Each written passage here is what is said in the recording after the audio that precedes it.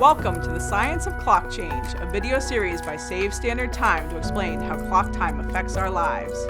This series was made possible with generous funding from the American Academy of Sleep Medicine Foundation.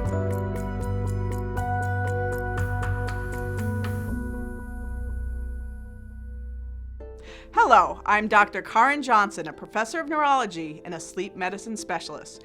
This video will discuss what circadian rhythms are and how they are affected by permanent daylight savings time and permanent standard time. To get you thinking about circadian rhythms, also known as your body clock, I want to start with a few questions about your sleep and wake schedule. Do you use an alarm clock to get up? Do you wake up earlier on weekdays than weekends? Is it hard for you to focus on work or school in the morning?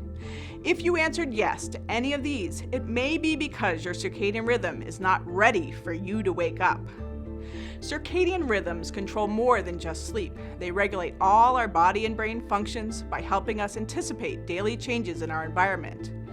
The main clock in our brain sends signals to our cells throughout our body to coordinate important functions such as hormone secretion, heart function, digestion, and sleep cycles. Our bodies produce a hormone melatonin as darkness falls to help us feel naturally drowsy and fall asleep.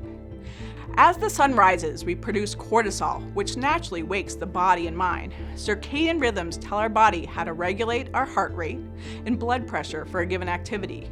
Circadian rhythms control functions like metabolism and energy, mood and alertness, growing and repairing cells, clearing away toxic substances, and altering brain cell connections to enhance memory and learning.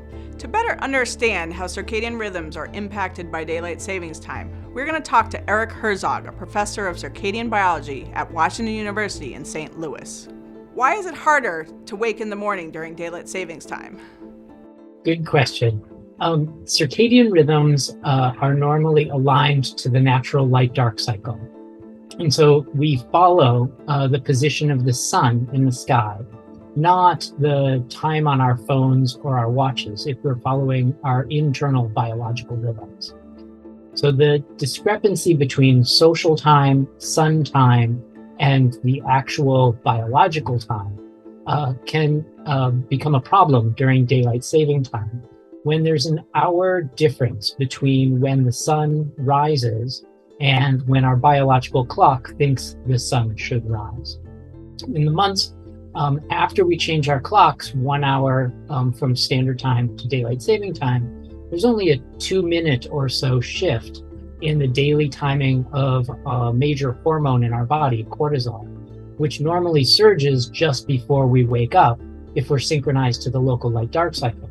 But during daylight saving time, that rhythm is not aligned, so that cortisol is actually rising after we wake up.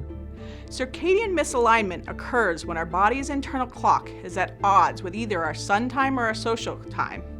Let's look at someone who wakes naturally without an alarm clock at 7 a.m. standard time.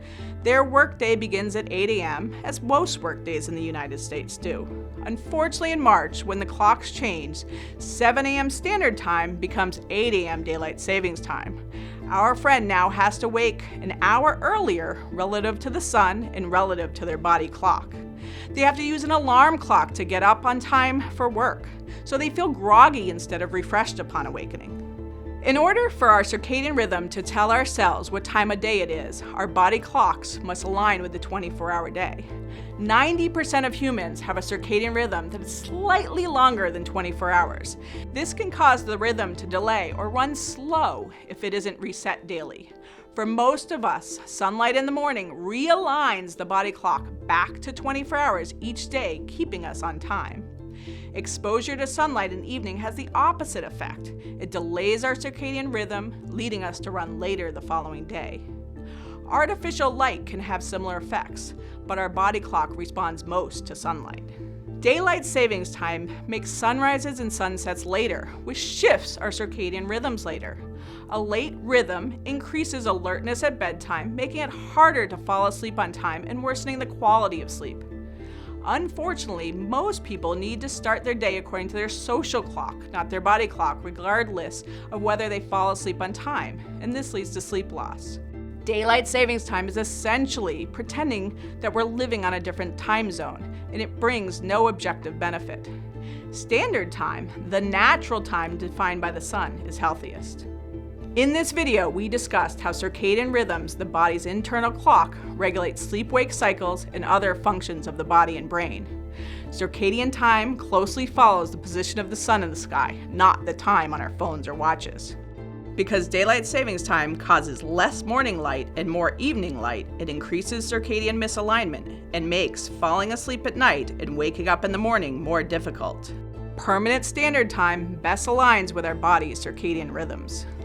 To learn more about how to harness the full power of the sun after watching this video series, visit SaveStandardTime.com. Advocate by texting XST to 50409 to tell your legislators to end clock change now with permanent standard time.